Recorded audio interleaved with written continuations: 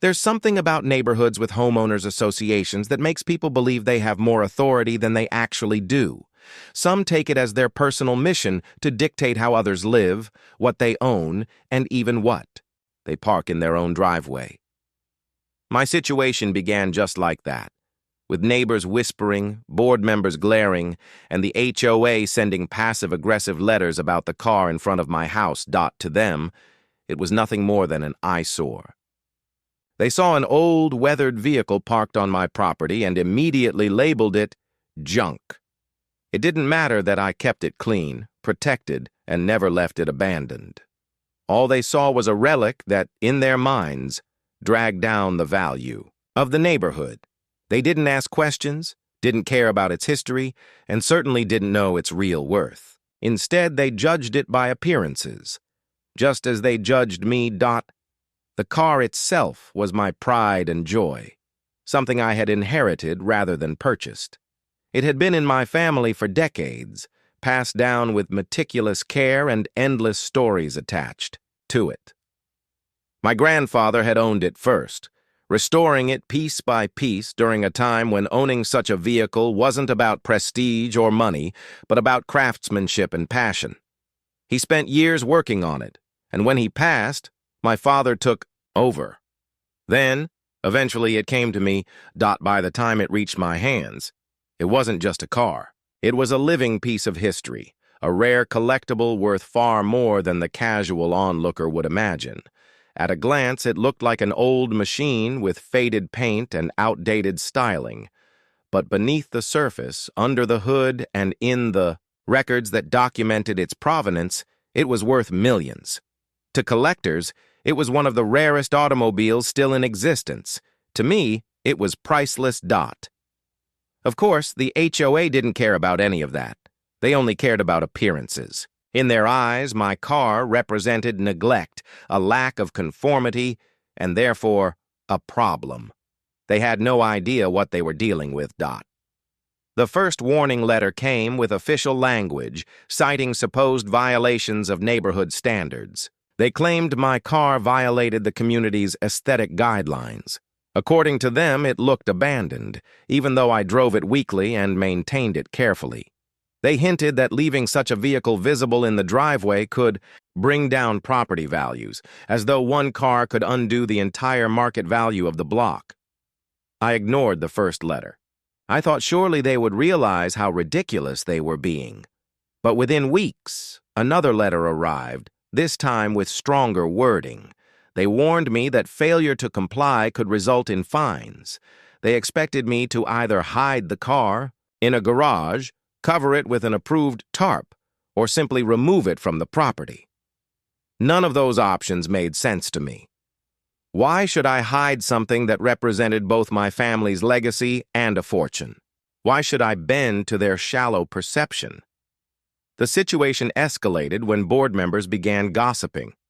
I could see them whenever I walked outside, neighbors whispering, pointing, shaking their heads.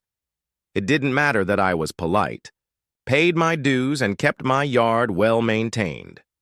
All they cared about was labeling me as the neighbor with the junk car. Their arrogance grew with each passing week, emboldened by their belief that they had the upper hand. What they didn't realize was that I was watching everything unfold with quiet amusement. I knew something they didn't. I knew that my so-called junk car was valued at around $2 million in the collector's market. I knew that experts and enthusiasts considered it a holy grail of automotive history. And I knew that, at some point, the truth would come out in a way that would shatter their smug assumptions.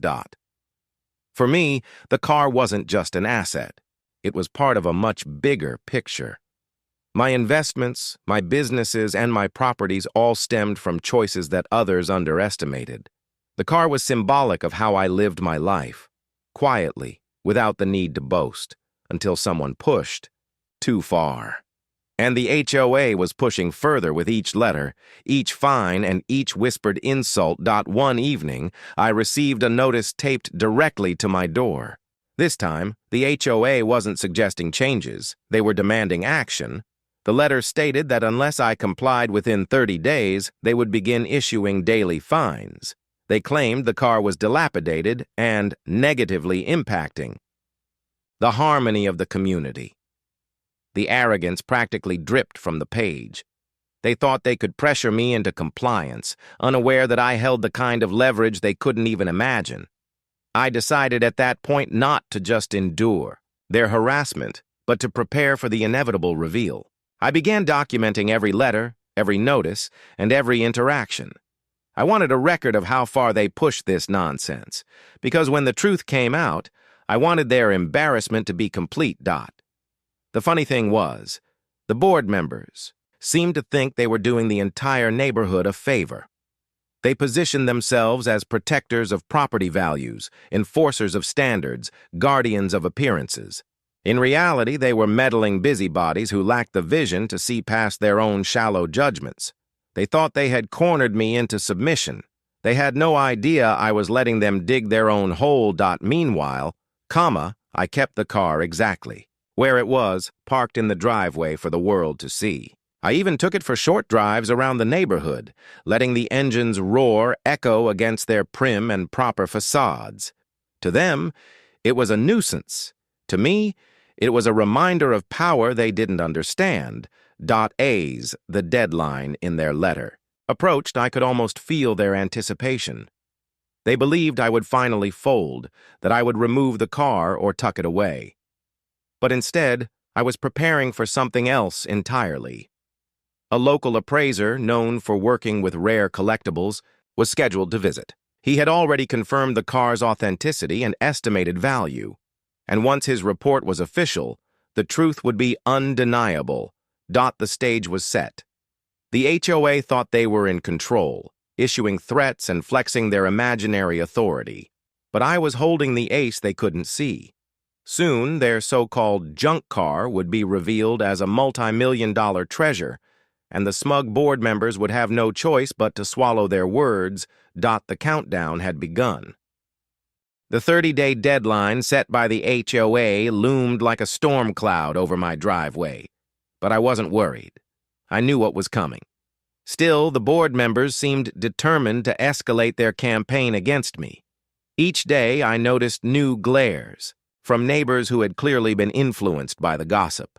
To them, the board's narrative painted me as the stubborn homeowner dragging down the block with my so-called junk car. They didn't realize the reality was about to flip there. Assumptions upside down. As the deadline approached, the HOA didn't slow down. Instead, they intensified their tactics. I began receiving daily reminders slipped into my mailbox, each one bolder and more aggressive than the last. They wrote as though they were judges presiding over a case, listing violations in meticulous detail and threatening maximum fines. They cited community bylaws and insisted that failure to comply could even result in legal action. The arrogance was almost comical. They truly believed their rules carried more weight than state law. They had no clue about property rights, no awareness of collector vehicles, and no understanding of how overstepping their bounds could backfire. To them, their word was final. But I knew their entire house of cards would collapse once the truth was revealed. It wasn't just the board members who bought into their crusade. Some neighbors began muttering under their breath when I walked by.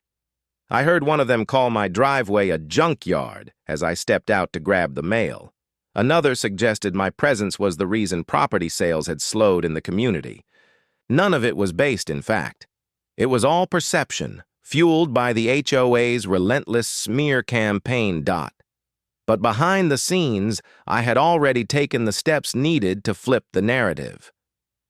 The appraiser I contacted was not just any local enthusiast. He was a respected figure in the world of collectible automobiles, someone whose reports carried real weight in both private collections and auction houses.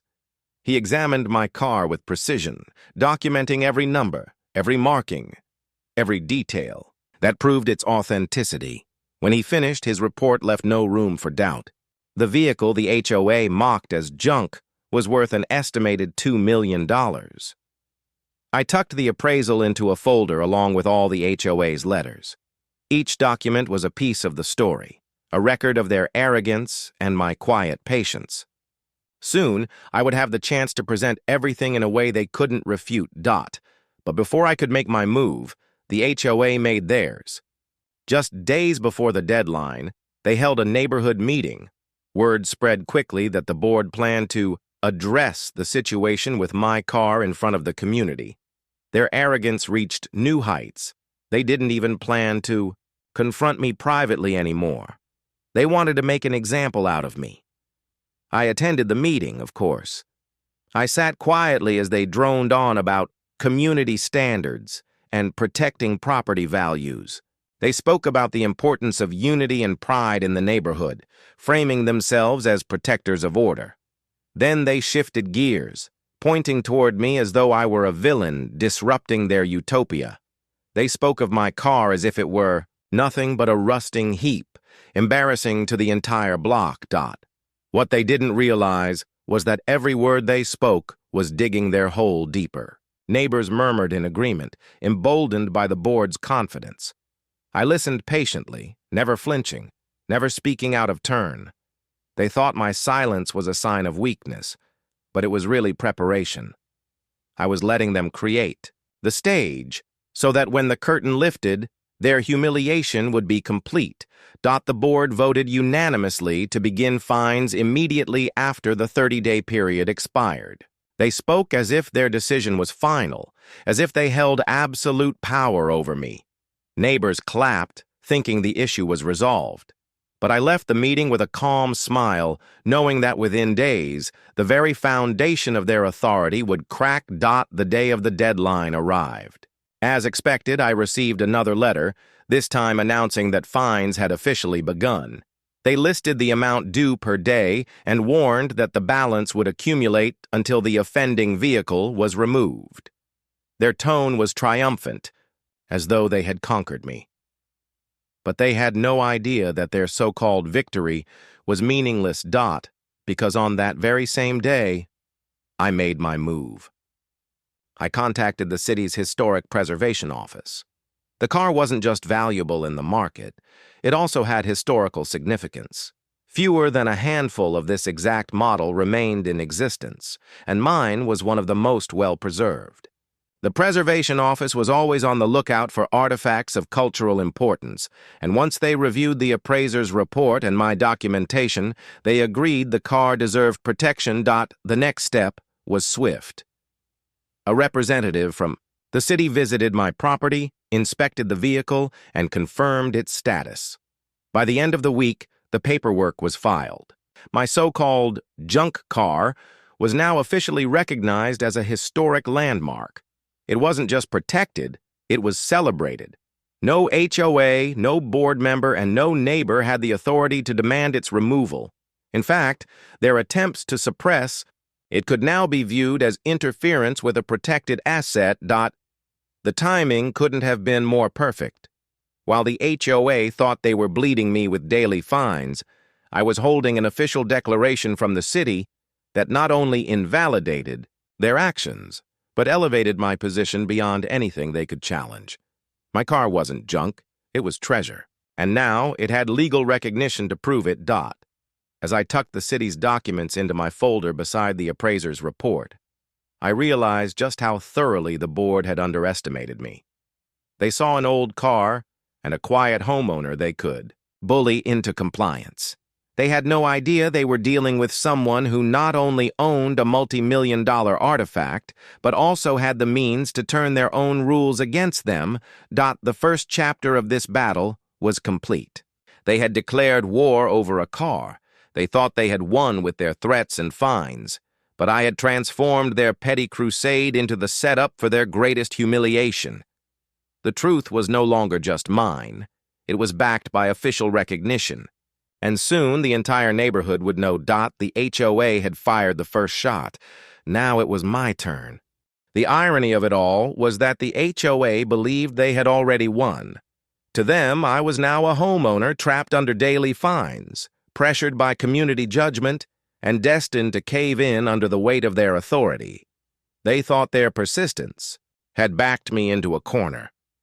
In reality, they had set the stage for their own undoing. I waited just long enough for their smugness to peak. Every day that passed, they issued notices of accumulating fines. Each slip of paper they mailed or taped to my door only added to the record of their arrogance. By the end of the week, the total fines they claimed I owed had already reached thousands of dollars. To them, this was leverage. To me, it was fuel. When the moment felt right, I struck. I contacted the HOA board and requested a formal meeting. My message was simple. I intended to address the accusations regarding my car and present evidence. They eagerly agreed, no doubt expecting me to grovel, plead for mercy, or beg for a compromise. They couldn't have been more wrong. The day of the meeting arrived. The board gathered in their usual fashion, long table, folders neatly stacked, and expressions of superiority etched on their faces. A few other homeowners attended as well, curious to see the drama unfold. They whispered among themselves, speculating about whether I would finally give in. When my turn came, I placed a folder on the table. Their smirks widened as though they believed I had brought payment for the fines. I let them revel in their assumption for a moment before sliding the first document forward. It wasn't a check, it was the appraisal. I explained calmly that the vehicle in question was not a piece of junk, but a rare collector's car, valued at approximately $2 million.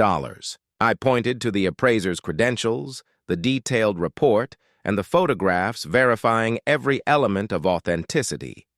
Their smirks faltered, replaced by expressions of confusion and disbelief. A hush fell over the room as they flipped through the pages, realizing this wasn't just my opinion, it was expert verification. Before they could recover, I produced the second set of documents. These were from the city's Historic Preservation Office, declaring the car a protected landmark. I explained that the vehicle was now recognized as historically significant, and as such, any attempt to remove, fine, or harass me over it could be considered interference with a protected asset. This time, their expressions shifted from disbelief to outright panic. The room buzzed with whispers from neighbors who had come expecting a spectacle at my expense. Instead, they were witnessing the board's humiliation.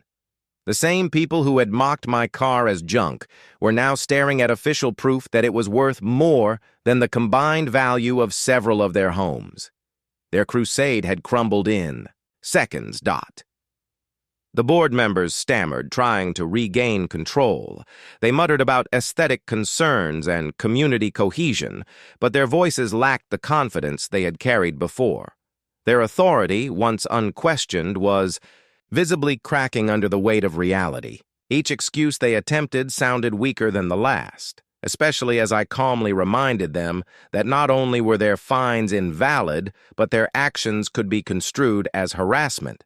The shift in power was palpable. Homeowners who had once sided with the board now exchanged glances, some even smirking at the board's predicament. The narrative had flipped entirely. I was no longer the stubborn neighbor with the junk car. I was the homeowner who had outsmarted the board, revealed their ignorance, and exposed their arrogance for all to see. What made it even sweeter was the realization dawning on the board members themselves. They had underestimated me completely. They thought they were dealing with someone they could intimidate, someone without resources or knowledge. They had no idea I not only possessed a multi-million-dollar car, but also the means and connections to protect it legally. Their pride had blinded them, and now their embarrassment was on full display. As the meeting dragged on, it became clear they had no real defense. They couldn't argue with the appraisal. They couldn't dismiss the city's designation. Their only option was to retreat, though they struggled to do so gracefully. They promised to review the situation further, their voices hollow and uncertain. Everyone in the room knew what that really meant. They had lost. When the meeting ended, I walked out without a word of anger or gloating. I didn't need to rub salt in the wound, the damage was already done.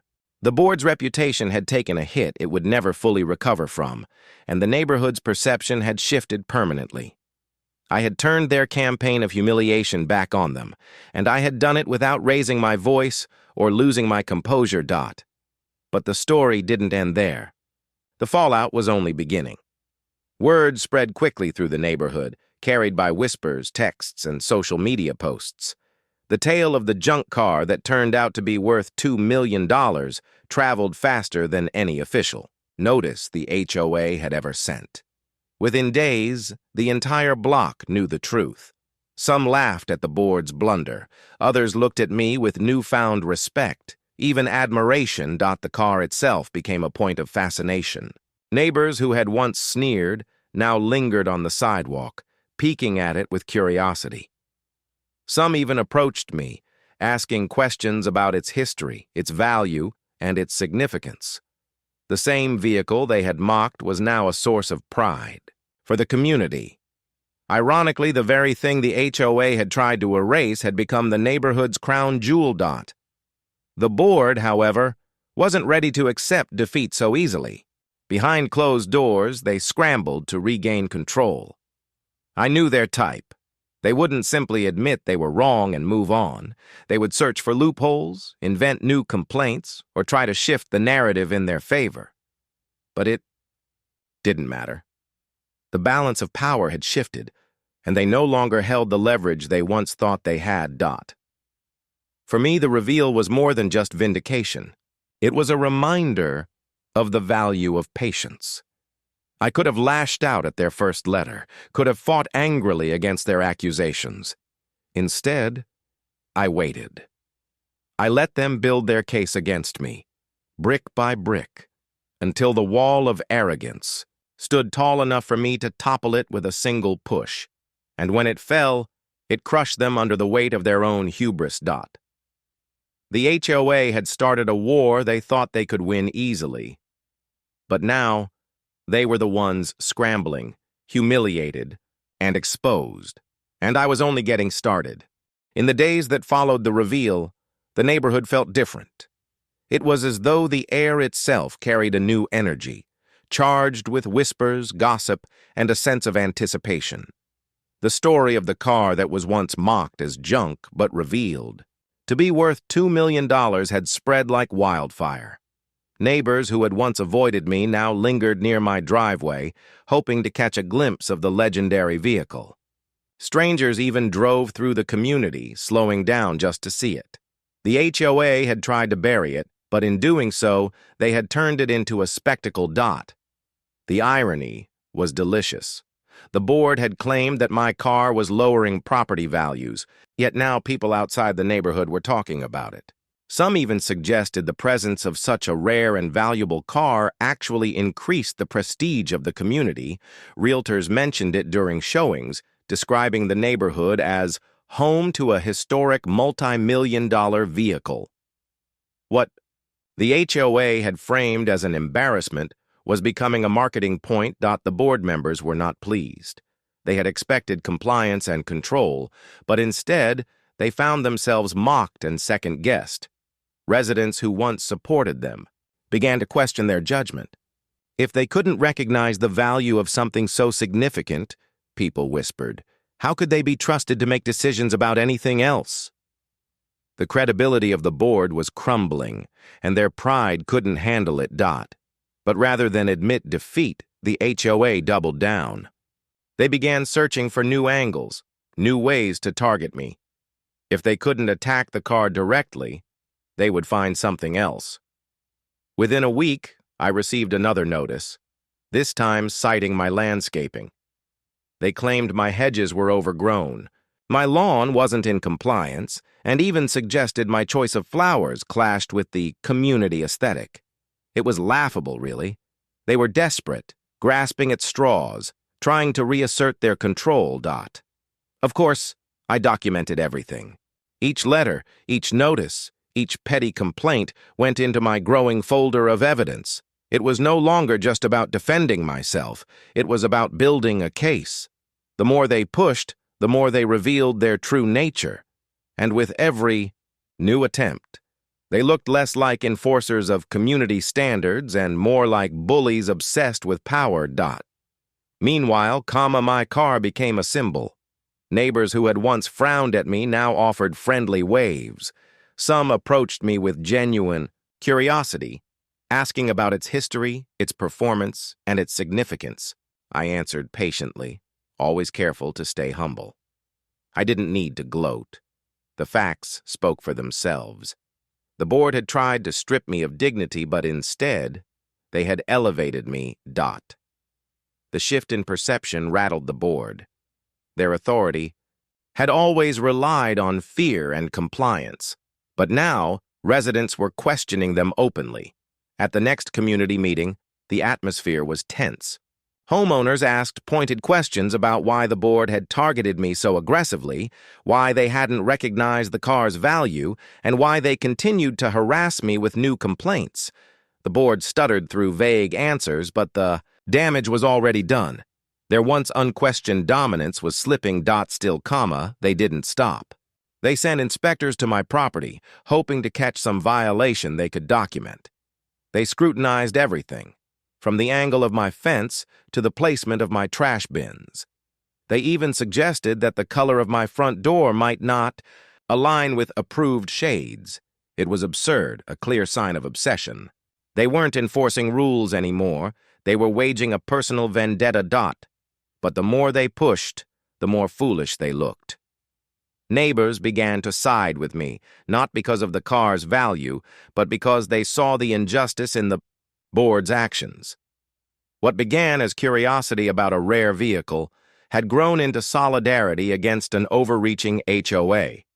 People were tired of the harassment, tired of the pettiness, and tired of being controlled by a board that had lost touch with reality. I realized then that the situation had become bigger than me. It wasn't just about defending my car anymore. It was about exposing the corruption and arrogance of the HOA itself. They had crossed a line, and now the entire community could see it. My car had become the catalyst for something larger. A movement against abuse of power. At one point, I received an anonymous note in my mailbox. It wasn't from the board, but from a neighbor. It simply said, "Thank you for standing up to them. We've wanted change for a long time." That note meant more to me than any appraisal or city document. It showed that people were paying attention, that my quiet resistance was inspiring others to question authority. Of course, the board didn't interpret events that way. To them, I was a threat that needed to be neutralized. They began holding closed-door meetings, whispering strategies, and even attempting to rally certain homeowners back to their side. But no matter what they tried, the shadow of their failure loomed large. Everyone remembered how confidently they had mocked my car, how proudly they had announced fines, and how quickly they had been proven wrong. Their credibility was shattered, and no amount of scheming could erase that memory. The pressure on me intensified, but so did my resolve. I knew that patience had been my greatest weapon so far, and I wasn't about to abandon it now. Every move I made was deliberate, every response measured. I never lashed out, never gave them the satisfaction of anger. Instead, I let them unravel. On their own. The more they struggled to control the narrative, the more it slipped away from them. The community was no longer united under their authority. It was divided, skeptical, and restless. The seeds of change had been planted, and the board had unwittingly watered them with their own arrogance. Looking back, I realized how ironic it was. They had called my car junk, believing it diminished the neighborhood. In truth, it had revealed the cracks in their authority, exposed their incompetence, and ignited a shift in power. My car wasn't just a landmark now, it was a symbol of resistance. And as I watched the board scramble, desperate to regain what they had lost, I knew the real battle was just beginning. By the time the HOA realized just how much credibility they had lost, it was too late to undo the damage. The story of my car had spread far beyond the neighborhood. Articles popped up online, blogs covered the incident, and even a local news outlet ran a short feature about the historic car-turn neighborhood controversy. What had begun as their attempt to shame me had become their greatest humiliation. broadcast for the world to see. Yet pride can be a dangerous thing.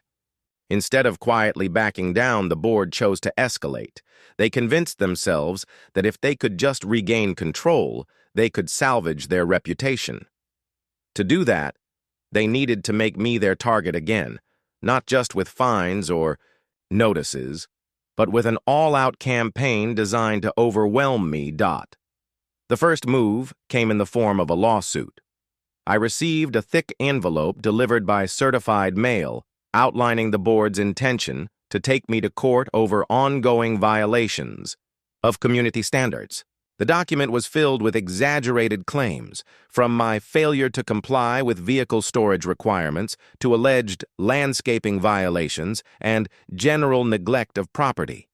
It was a desperate compilation of every petty complaint they could muster, strung together into a flimsy attempt at legal intimidation. What they didn't realize was that I was more prepared than they could have imagined. I had already consulted with an attorney after the car was declared a historic landmark. My lawyer specialized in property rights and HOA disputes, and he had been advising me quietly in the background. Every letter, every fine, every unreasonable demand had been carefully documented and preserved as evidence.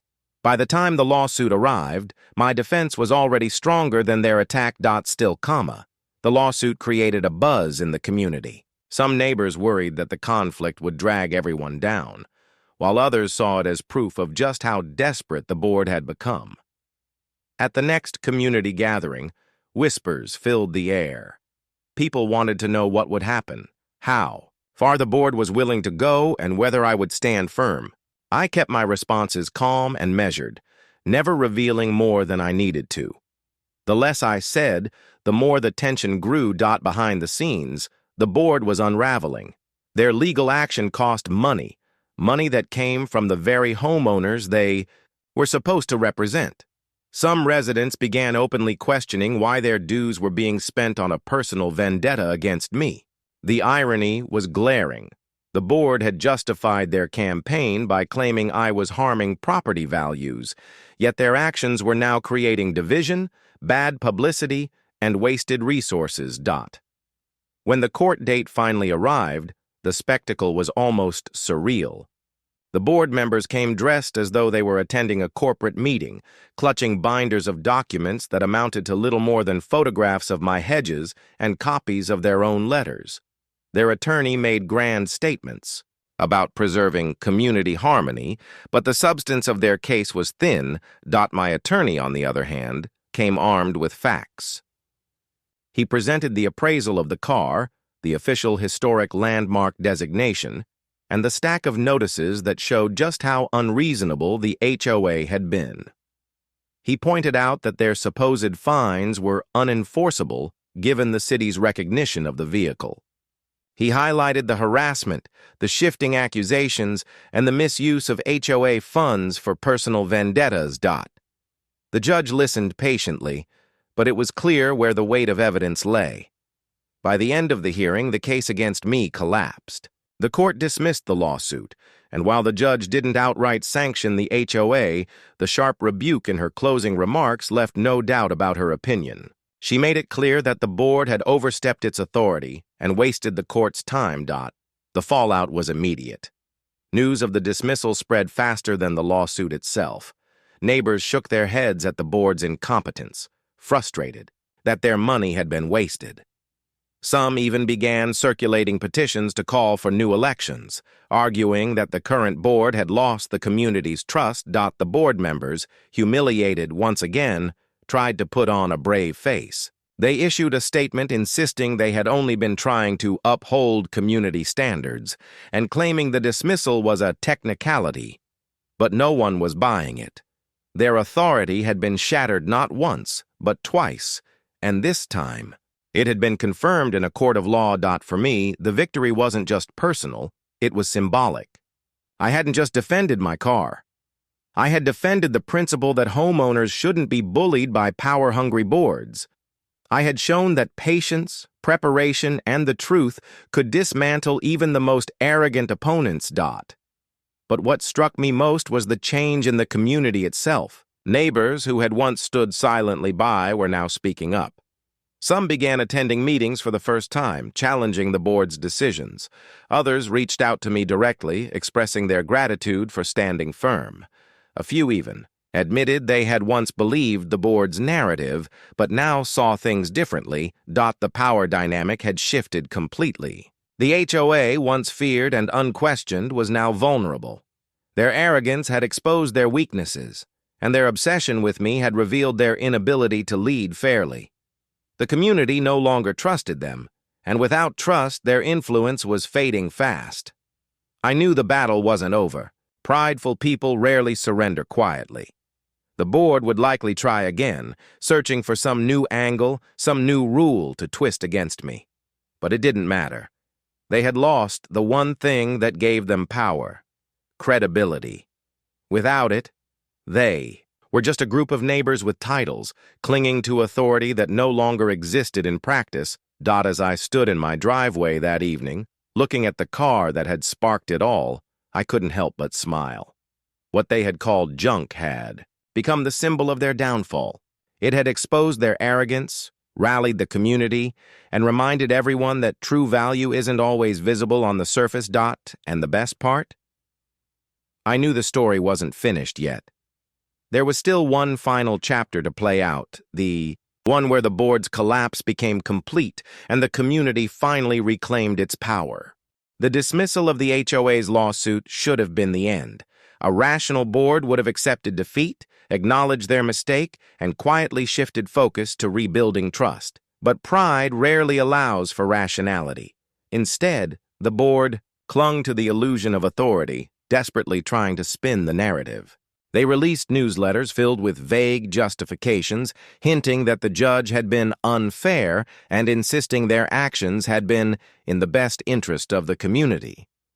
But the homeowners weren't fooled anymore. What the board failed to understand was that their power had always depended on perception. As long as the community believed in their authority, they could govern unchecked. But once the veil was lifted, once their arrogance and incompetence were exposed, their grip began to crumble. Each attempt to reassert control only made them look more desperate. Neighbors who had once feared retaliation from the board now openly challenged them. At meetings, homeowners demanded accountability, asking pointed questions about how much money had been wasted on the failed lawsuit.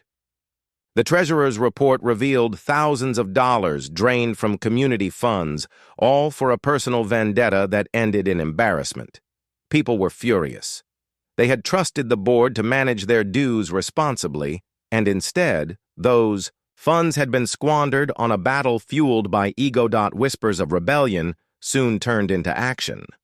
A group of residents began circulating a petition to remove the current board and hold new elections. At first, the board dismissed it as noise, confident that they still held enough sway to block any challenge. But signatures began piling up quickly, far more than they expected. People were tired of the arrogance, tired of the bullying, and tired of being led by individuals who couldn't admit when they were wrong. I watched it all unfold quietly, never needing to push the process forward myself. The board had dug its own grave.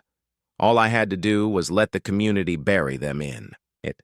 The car they had mocked as junk had become the symbol of their downfall, a constant reminder of their failure. Every time they tried to reassert control, they were confronted with the memory of how confidently they had mocked me and how completely they had been proven wrong. The final confrontation came at the annual HOA meeting. The room was packed with more residents than I had ever seen before. People stood against the walls, sat on folding chairs, and filled every available space. The board members sat stiffly at the front, trying to project confidence, but the tension in their expressions betrayed them. When the meeting opened, the usual business was quickly overshadowed by the petition. Dozens of homeowners demanded that the board step down immediately, citing financial mismanagement, harassment, and failure to act in the community's best interest. Voices rose, not in anger directed at me, but in frustration aimed squarely at the board. Their arrogance had turned the entire community against them. The president of the HOA tried to maintain control, banging his gavel and insisting that order be maintained. But the crowd no longer respected his authority. Homeowners shouted over him, demanding accountability, demanding answers, demanding change. The board's power, once absolute, had dissolved into chaos. Finally, the treasurer attempted to explain. The wasted funds, but every word only fueled the outrage. People wanted their money back, wanted transparency, wanted leaders who represented them rather than ruled over them. It became clear that the board could not survive this rebellion. When the vote was called, the result was overwhelming. By a landslide, the community voted to remove the current board and schedule new elections. The board members, pale and shaken, were forced to step down in front of everyone. Their humiliation was complete. They had started a war over what they thought was a junk car, and in the end, it had cost them everything: their power, their credibility, and their positions. The room erupted in applause. For the first time in years, the community felt united, not under the iron grip of a prideful board, but under the shared relief of freedom. People smiled, laughed, and even approached me to shake my hand. I hadn't just defended myself, I had been the spark that ignited change. As I walked back to my home that night, I thought about the journey. A single car inherited from my family had exposed the arrogance of an entire board. They had mocked it, fined it, and tried to erase it. But instead, it had revealed their weakness, dismantled their authority, and inspired the community to rise up. The car remained in my driveway, gleaming under the streetlight, no longer a target of scorn, but a point of pride. Neighbors stopped to admire it openly now. Children pointed at it with awe, and even those who had once criticized it admitted its significance. The very thing they had called junk had become the crown jewel of the neighborhood. But for me, the victory wasn't about the car's value or even the downfall of the HOA board. It was about something deeper, the reminder that arrogance and pride always come before a fall. The board had believed they were untouchable, that their authority was absolute, and that they could crush anyone who defied them. They had been wrong. The lesson resonated through the community. People began to speak up more at meetings, question decisions, and demand accountability. The new board, once elected, operated with far more transparency and humility. The old ways of unchecked power and blind compliance were gone. The neighborhood was finally free from the grip of arrogance. As for me, I continued living quietly, just as I always had. I didn't need to flaunt my victory. The board's downfall spoke for itself. Every time I looked at that car, I was reminded of my grandfather's patience in restoring it, my father's dedication in preserving it, and my own resolve in defending it. It was more than just a vehicle. It was a legacy, a treasure, and ultimately, the instrument of justice. In the end, the HOA had called it junk. But that so-called junk had rewritten the story of the entire neighborhood. And as long as it sat in my driveway, it would remain a symbol, not just of history or value, but of resilience, truth, and the simple fact that arrogance always collapses under the weight of reality. The war was over, and I had won.